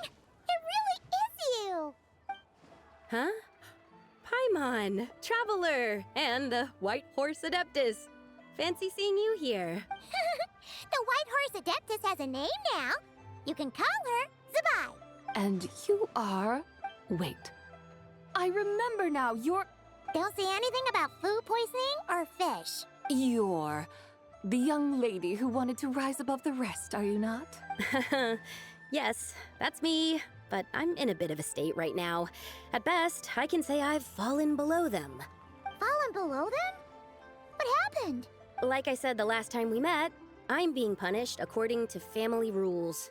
My father, mother, grandfather, grandmother, other grandfather, other grandmother. Oh, that's a lot of family members. Yeah, and on the night of Lantern Rite, they held a family meeting to discuss my situation. So, they do care about you. There's no doubt they care. But they think that since I caused all that trouble in Liyue Harbor, it shows I can't be trusted on my own. They decided to ground me. Ground you? Yeah, though they're not confining me to my room. Instead, I have to personally nurture a tea seedling until it grows big enough to be sold at market. Aw, a tiny little tea baby. Do they want you to experience what it's like to be a parent? It's supposed to cultivate my character and temperament. They say this will help me calm down and reflect on my issues. What happened in Liyue Harbor really wasn't your fault. Oh well, at least this punishment doesn't sound too harsh. So, how long will it take for the little tea baby to grow? Actually, I don't know. I've never grown a tea tree before. It usually takes 2 or 3 years. 2 or 3 years? Yes, the tea in this garden requires 2 or 3 years to mature. That long? Zabai, you're not making this up, are you? How do you know so much about growing tea? When the plants thrive and grow, that is the meaning of my name. I can tell at a glance when their season of ripening will come. Do I really have to waste 2 or 3 years here? Why is this happening to me? I'd only just found my direction in life. Yes, during the night of Lantern Rite, I heard many people reciting poems from Long Gone in praise of the moon. In that moment, I suddenly felt a great sense of pride. I mean, I helped excavate cultural artifacts from Long Gone, so I contributed to the revival of these poems too, right? So I decided to stay with the archaeological team. I want to unearth even more history. I see. And are you sure that's what you want to do? If you don't achieve anything significant in the years to come, will you still enjoy it? Yes, because archaeology gives me that boom shakalaka feeling. Wait, did Xiangling teach you that? That's right. I was asking her for advice. She said that if something gives you that boom shakalaka feeling, then it has to be worth pursuing. I immediately thought about how when I'm excavating in the ruins, I always feel like there's a ghost standing beside me. And not in a spooky way. It feels like my great-great-great-great-great-grandmother patting me on the shoulder and saying, "Keep going. You're about to rediscover some grand ancestral knowledge." Right? It feels like I've made some kind of connection with my ancestors. Isn't that amazing? Since you've made up your mind, you should give it your all. And I'd love to. But I'm still grounded. Run away. Summon up a little boom shakalaka and leave the tea garden behind. Flee this village. That might be going a bit far. You don't want to lead others astray, Zabai. Yeah! Tell them about your great-great-great-great-great-grandmother. She must be the most super-duper ancestor to have ever risen above the rest, right? I'd be better off telling them about the White Horse Adeptus. After all, she's the supreme riser above the rest who saved my great-great-great-great-great-grandmother. Then it's settled. Tell your family that your decision has my blessing. Thank you, Tsubai, but I don't think cosplay is going to work on them. They won't listen. They don't need to listen. You need only follow the rules they've set out for you. What do you mean? As I'm sure you know, some ancient texts refer to the White Horse Adeptus as the Daughter of Time. My family history contains such records. But what of it? If the White Horse Adeptus were to manipulate time to make your tea seedling grow overnight, then you'd be free, correct? Is that how it works? If the White Horse Adeptus were to really get involved, my grandfather would let me leave right away. But who really believes that she'd show up and help? It's not as if you have any other options. Why not try calling out for help? It won't cost you any more. Guess I might as well. I've got no better ideas anyway. White Horse Adeptus, if you can hear me, please save me from my predicament.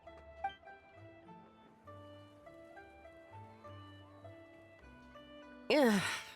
Nothing happened, as expected. Perhaps the White Horse Adeptus has already heard your prayer. Why not come back here tomorrow and take a look? By then, the seedling you planted may well have grown into a thriving tea tree. Thank you, Tsabai, for trying to comfort me. I do feel better now, kinda. But can't you really do something like that? Oh, it's getting late. Why don't you all stay at my house tonight? My family may be strict with me, but they're always welcoming to guests. That sounds great! Let's get some sleep and then come back here tomorrow to see if our tea baby has grown.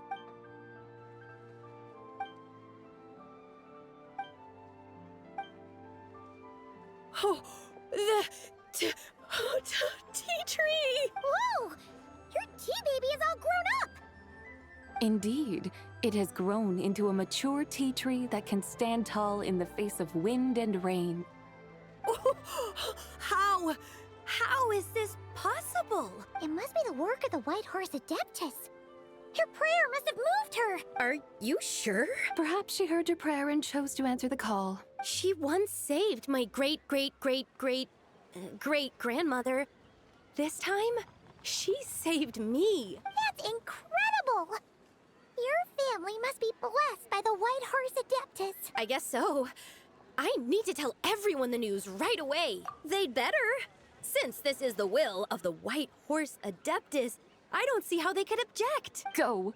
And if you run into any more trouble, call out to the White Horse Adeptus just like yesterday. Thank you so much. Paimon really thought you were going to use Adeptal energy to make the tea baby grow, Zabai. When an Adeptus exerts effort, consuming their energy, is that not using Adeptal energy?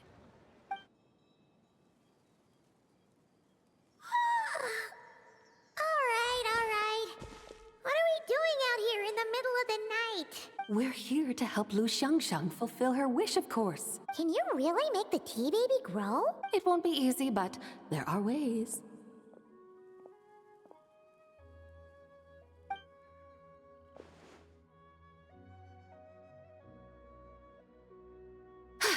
There, it's grown. Hey! You just transplanted a tea tree from over there! So, there's a mature tea tree here now, yes? Well, yeah, but... And am I not the White Horse Adeptus? Well, yeah. Is this tea tree then not a manifestation of the White Horse Adeptus's will? You're... not wrong. But again, there's something not quite right about this. Maybe this will become another mystical Adepti tale recorded in their family history. That would be marvelous. Paimon thinks so too. Hey, Traveler! Sabai seems to be doing much better now, don't you think? Oh! Paimon bets that's why Zhongli chose to send her on this errand. That's a great idea! We've already shown her Liyue Harbor, Yulong Wharf, and Xiaoying Village. How about we head to Qingce Village next? Qingce. That name sounds familiar. The scenery there is really pretty, too. It's the perfect sightseeing spot. How about we show you around? I must say, I have been mightily impressed by the mountains and waters of Liyue. Please lead the way, my dutiful guides. All right, let's go!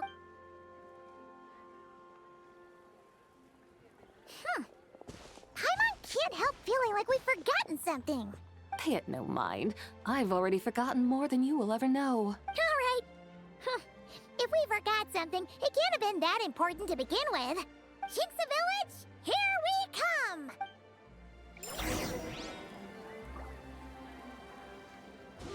Quit following me.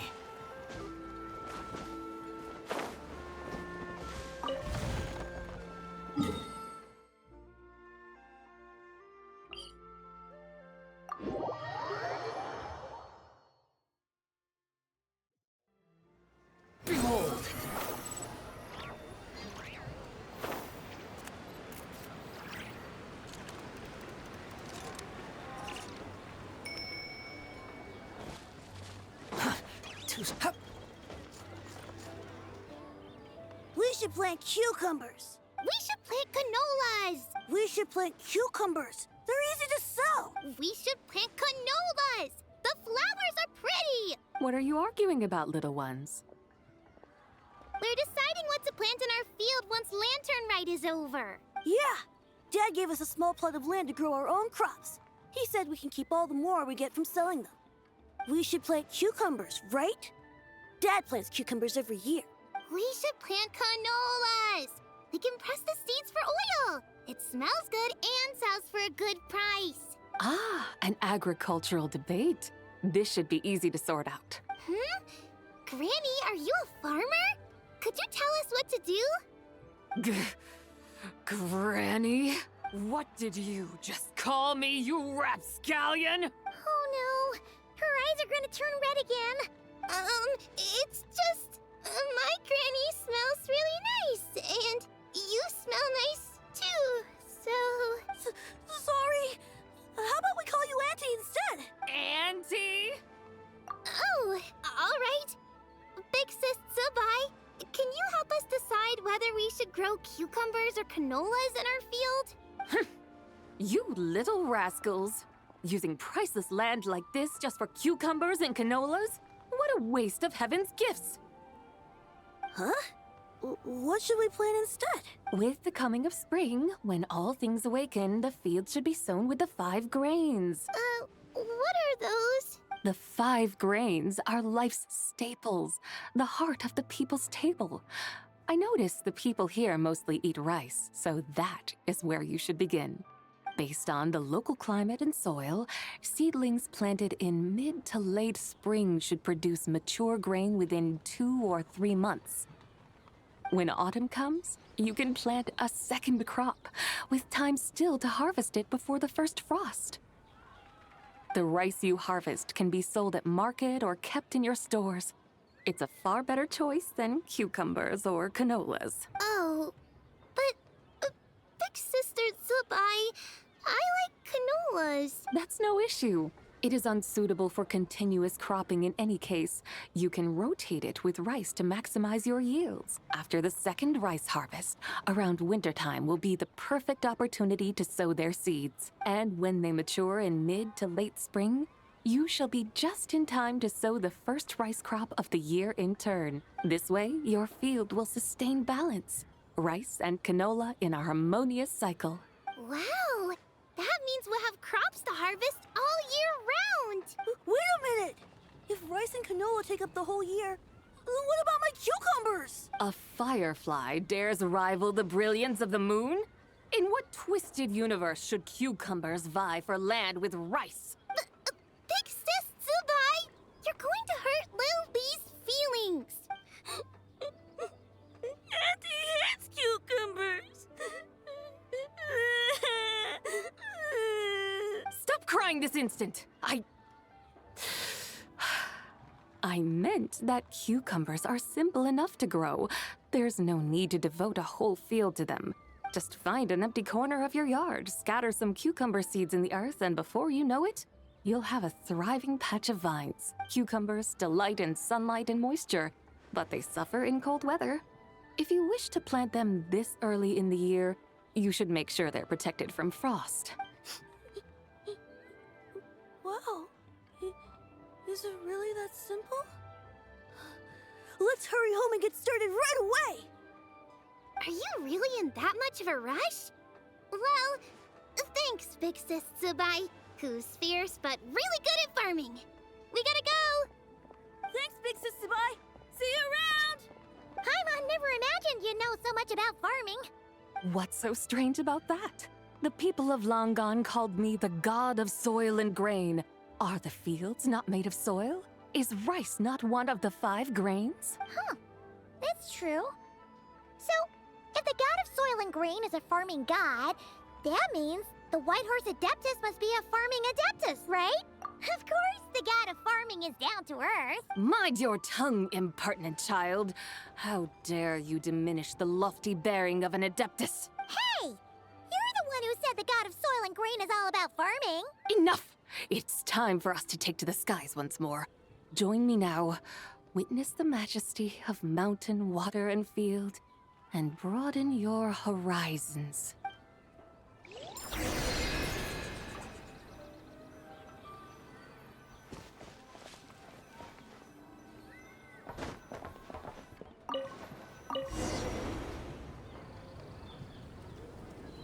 Wow! The terraces look so pretty from up here. The mountains tower like pagodas, the hills coiling at their feet like shells. Layers built upon layers, rising and falling in harmony. A truly unique and mesmerizing sight. Thinking about it, you have a special connection to this place, you know. A special connection? Yeah! There's a local legend about a white horse leaping from a pure spring to follow Rex Lapis into battle. Don't you remember? You must have been living in seclusion around here. That does sound somewhat familiar. Oh, and if we keep going up this way, we'll reach a super duper spooky spot. You might have a connection to that place too. There's an ancient array that seals away the remains of a fallen god.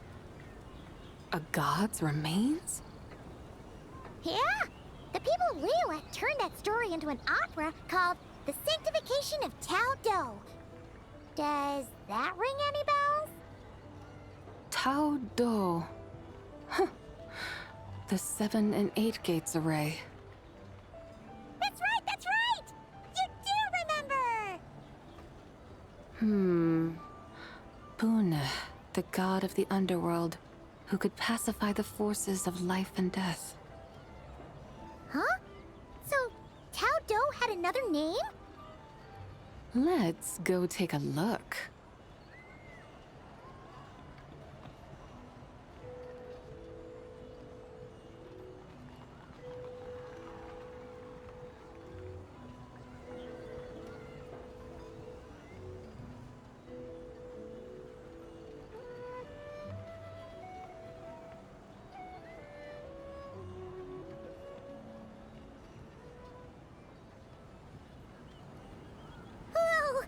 We've arrived at Wulwang Hill. The atmosphere just turned spooky. I can't help but feel there's something strange about this friend you haven't seen in ages. Huh? Paimon thought she heard someone's voice. Let's head down and check it out.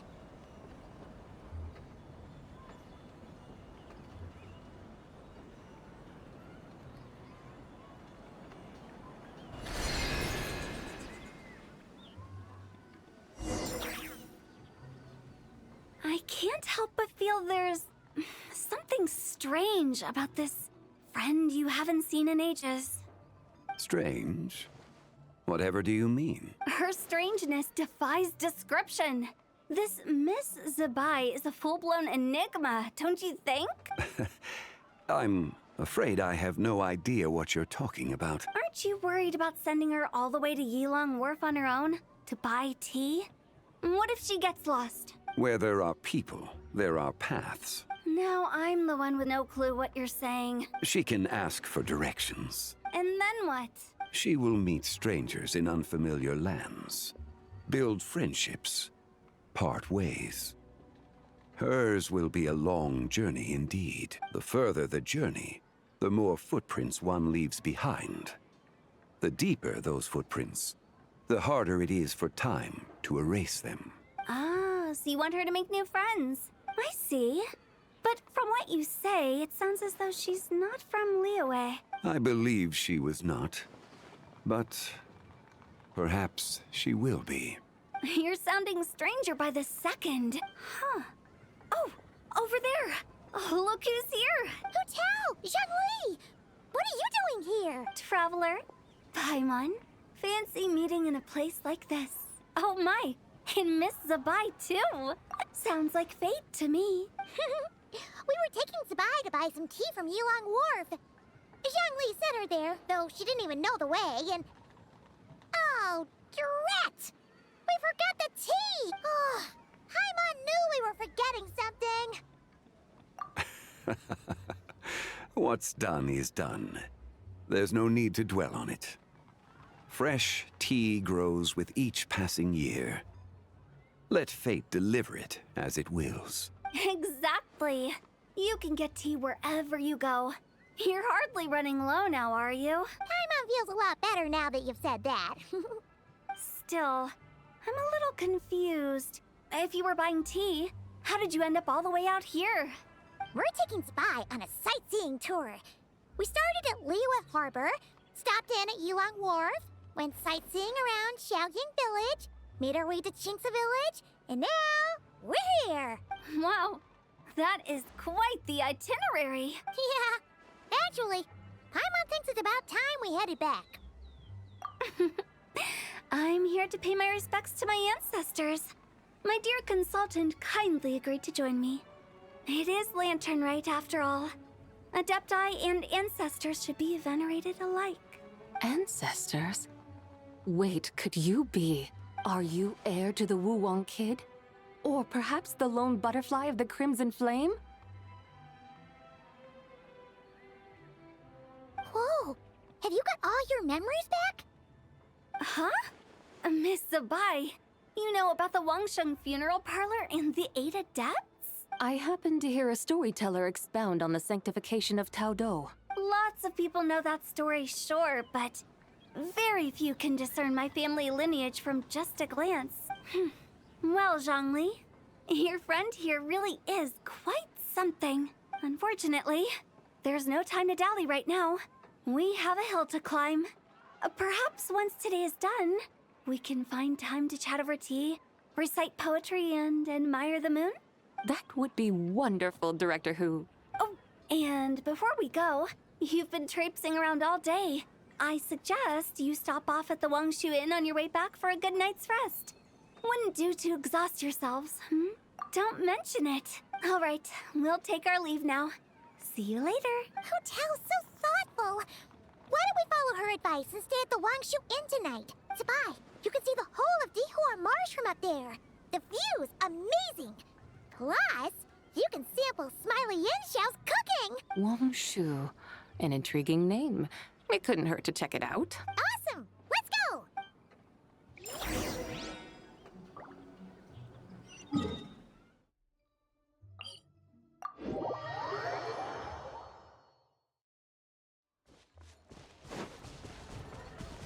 Squall Fury!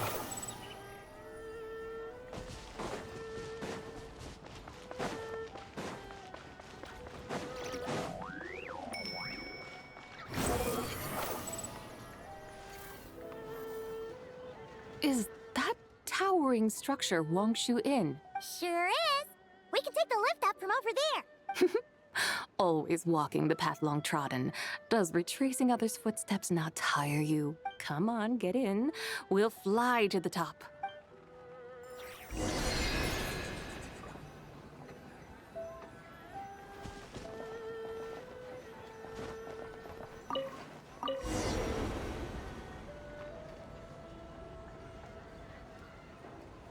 Are we really going to fly up to Wangshu Inn? Isn't that a bit showy? All the guests are going to see us. Is that a bad thing? To be able to witness an Adeptus. This will surely add to the inn's appeal, not to mention the room prices. The owner will thank us. You seem to really like showing off your powers. This inn's architecture is incredible, and the surrounding countryside radiates a picturesque charm. No wonder the new proprietor of the Baiju guest house thinks he can't compete and has decided to change his own establishment's name. The new proprietor? Ah, you mean Lu Shengsheng's dad. So you know about that, too. Personally, Paimon thinks it should go with something like Rex's Rest. That's a contender's name if Paimon's ever heard one. A fitting name indeed. So you think the guest house should change its name too? Paimon kinda thought you'd say something like, "Such sacrosanct traditions must never change." Time flows ever onward. Why should the rules of yesterday be carried forward into the world of tomorrow? The people of today should determine what is to be kept. Huh. You're not as old-fashioned and stuffy as Paimon thought. The years ebb and flow, seas recede to reveal fields. In the vastness of time, I am but a wild horse in a boundless sea of dust. Even Rex Lapis, having waded through the waters of the river of time, is not quite the same as before. Zhongli? What was he like before? That is another story for another time.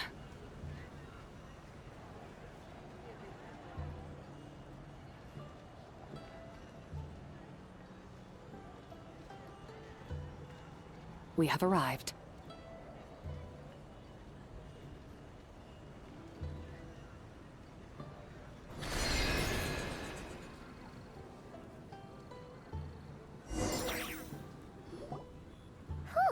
This is the first time Paimon's ever flown up to Wangshu Inn on a chariot. Everything's so different when you're up high. Wangshu. Like moon lanterns and shell lanterns. Might it all be a coincidence? What's a coincidence? Do you not know what Wangshu means? Not bad. You're clearly much sharper than your diminutive companion.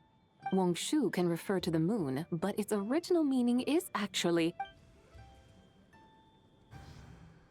the goddess who rides the bright moon's chariot. And you must be the conqueror of demons. Xiao! Paimon was wondering if we'd disturbed you by flying down from the sky. Not at all. I sensed an unusual presence long before you arrived, though I didn't expect it to be you in a flying chariot. Ah, a witness at last. I was starting to think we should fly a bit lower. It would be awfully dull if no one ends up marveling at my lofty bearing. No need. This is already showy enough. I'm not one to do good from the shadows, as Rex Lapis is wont to do. Then you must be... Oh, nay, I'm only cosplaying as the White Horse Adeptus, in truth. Cosplaying? What's that? Ugh, ignore her nonsense. She's a genuine article, the one and only, completely authentic White Horse Adeptus. It's just, Xiao, did Zhongli say anything about her being a teensy bit... not quite right? Mental instability, perhaps? Did Zhongli tell you that? No, this is my own speculation. Well, you pretty much hit the nail on the head. It's like her brain's filled with a bunch of slimes right now. All gloopy and messy. There's a hot-tempered pyro slime, a math-obsessed hydro slime, and a mischievous little animo slime. But don't tell her Paimon said that, or she'll come and tell us all off. You white-haired rascal! Do you think I can't hear you? Uh-oh! We're in for it now! White Horse Adeptus. You must be weary from your journey. Why not take a rest? Oh, yes! You must be hungry, right, Sabai? How about we get some food? The chef here is incredible!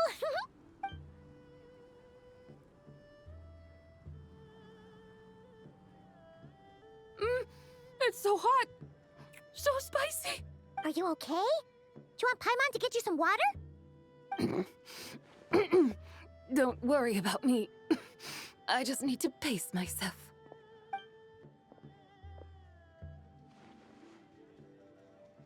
So, regarding your friend and her condition, does even the Lord of Geo have no solution? Zhongli said we should wait and she'll get better on her own. But who knows how long that's gonna take. Is that why her personalities change so easily? Paimon thinks that has something to do with her 3 deadly selves. Zhongli told us that the deadly selves are impure, affecting living things that get too close. The White Horse Adeptus's remnant spirit was attached to the deadly selves for a long time. It makes sense that her temperament and memories would have been influenced by them. But Paimon still doesn't really understand what the 3 deadly selves actually are. Paimon, as you do not practice self-cultivation, I cannot help you fully understand.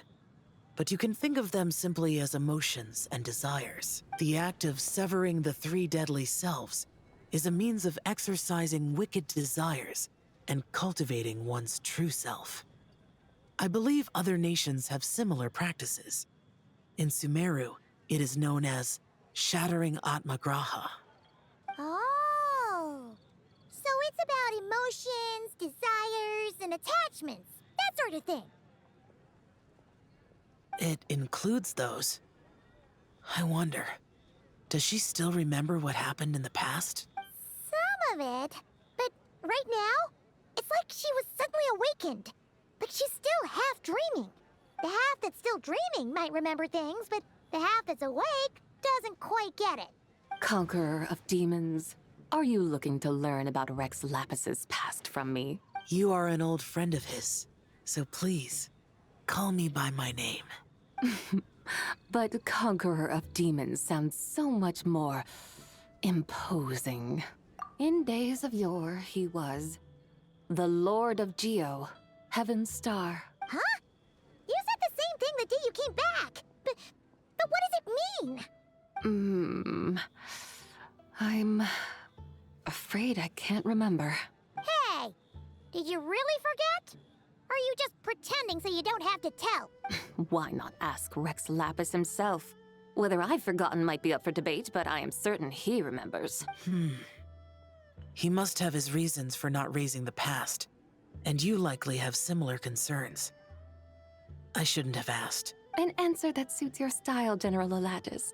Now that we're on the subject, though, I suddenly remembered something. Which is? In the distant past, there was a feast, which I attended. I faintly recall the Lord of Geo also being present that day. Oh, and then? What happened? Among the dishes served, there was one that could be found in every household throughout Langan at the start of spring. A dish called Flavor of Spring. I suddenly remembered the recipe for this dish. Is that it? Yes! Since it's Lantern Rite here in Liyue, why don't I make some for you to try? That sounds good. Wow! It might not have been the story Paimon was hoping for, but this looks delicious! The spring breeze stirs. Now is the perfect time to savor this dish. My dutiful guides have gone to great trouble to show me around Liyue. And even the Conqueror of Demons has graced us with his presence. I feel deeply honored. This Flavor of Spring is my way of expressing my gratitude. There's no need for such grand words. What's this? Hey! It's that broken jade token from the Antiques exhibition! Indeed. This was once an Adepto treasure of mine. I'm amazed it ended up in your hands. Alas, it serves little purpose now in its fractured state. Please, keep it as a memento. Oh, that's a shame. Can't we fix it? This is the way of the world. Once jade is broken, it can never be made whole. Then, what about forging a new one? That is a good point. That it has ended up in your hands must be a message from fate. I could try to craft it into a little trinket for you. One that might prove useful on your journey. Ooh, what sort of trinket? It's just a passing thought, one that will require the right opportunity. I'll think about it more when the time comes. Now that we've had our fill, we should get some rest. Tomorrow we return to Liyue Harbor, where I'll have need of your guidance once more.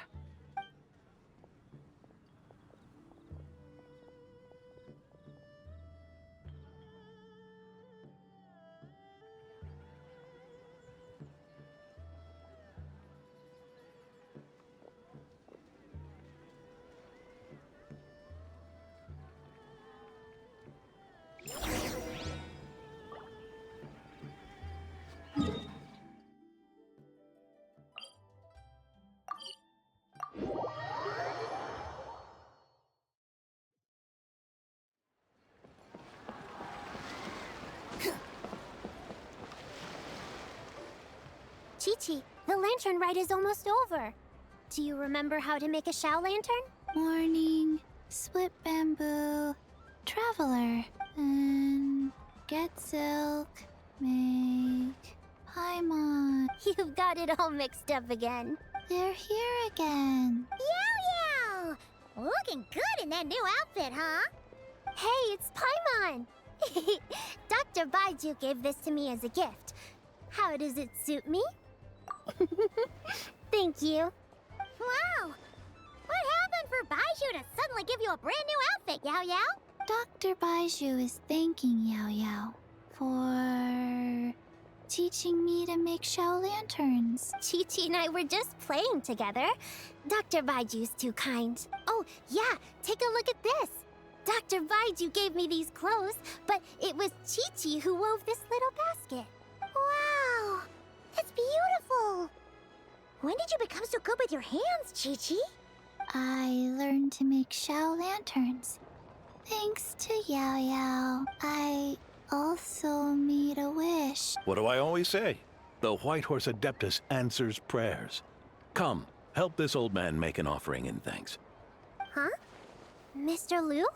What did you pray for? For my idiot son to finally come to his senses and not change Baiju Guest House's name, which he has. Huh? He's keeping the old name?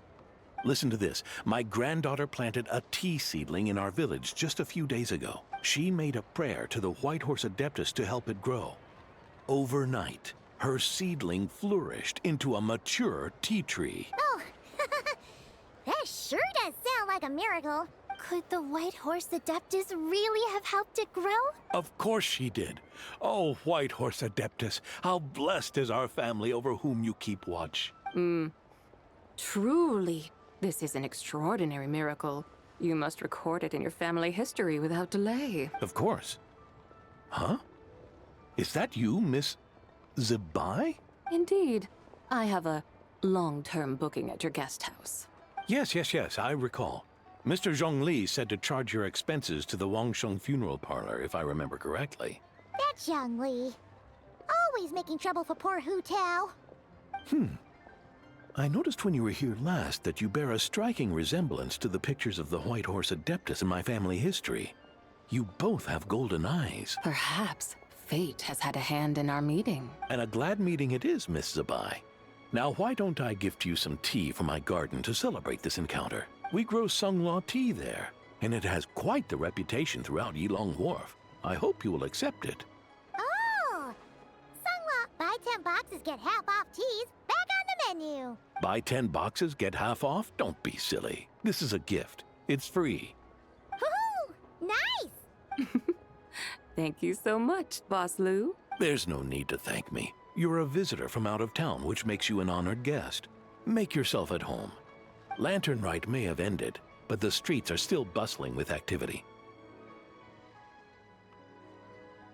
Make sure to take everything in, meet some new friends, and enjoy your time here. And that goes for you kids as well. Happy Lantern Rite. Got it, Mr. Liu. Happy Lantern Rite. Yeah! Happy Lantern Rite, everyone! Happy Lantern Rite indeed.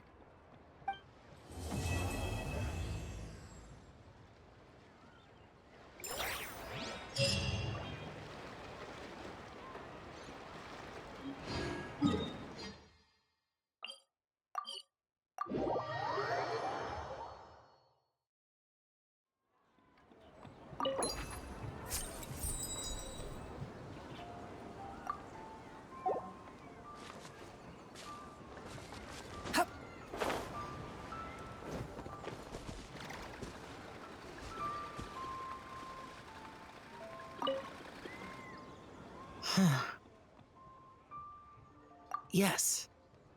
I saved someone from monsters earlier.